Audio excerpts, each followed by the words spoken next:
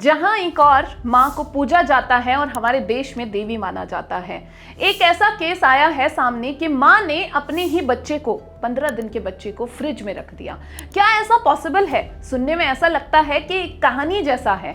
जब वो बच्चे को ठंड लगी तो बच्चे ने रोना शुरू कर दिया और फिर बगल के कमरे से दादी बाहर आई। दादी ने देखा कि माँ ने बच्चे को फ्रिज में रख दिया है और जब उस फीमेल से पूछा गया, उसने बोला कि बच्चा सो रहा था, मैंने तो इसलिए फ्रिज में रख दिया। अब घर वालों को लगा कि कहीं उसको भूत तो नहीं चिपट गए और इसीलिए वो उस औरत को लेकर एक झाड़ फूंक करने वाले बाबा के पास लेकर गई।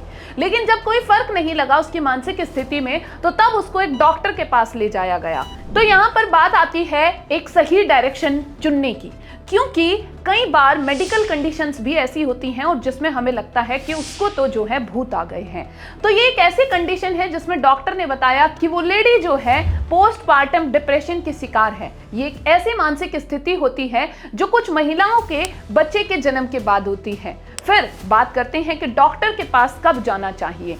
अगर ये लक्षण बहुत लंबे समय तक बने रहते हैं, यदि आप अपने ही बच्चे या फिर खुद को नुकसान पहुंचाने का सोच रही हैं, या फिर आप सामान्य दिनचर्या को निभाना जो है मुश्किल हो रहा है, तो आप बिल्कुल डॉक्टर के पास जाइए। ऐसा कब होता है? ऐसा होता है बहुत सारे हार्मोन्स में चेंजेस आने के कारण। जैसे अगर मैं बात करूं डिलीवरी और पूरी प्रेगनेंसी के टाइम पर एस्ट्रोजन प्रोजेस्टेरोन जैसे हार्मोन में चेंजेस आते हैं और एस्ट्रोजन और प्रोजेस्टेरोन में अचानक से बहुत ज़्यादा गिरावट आती है।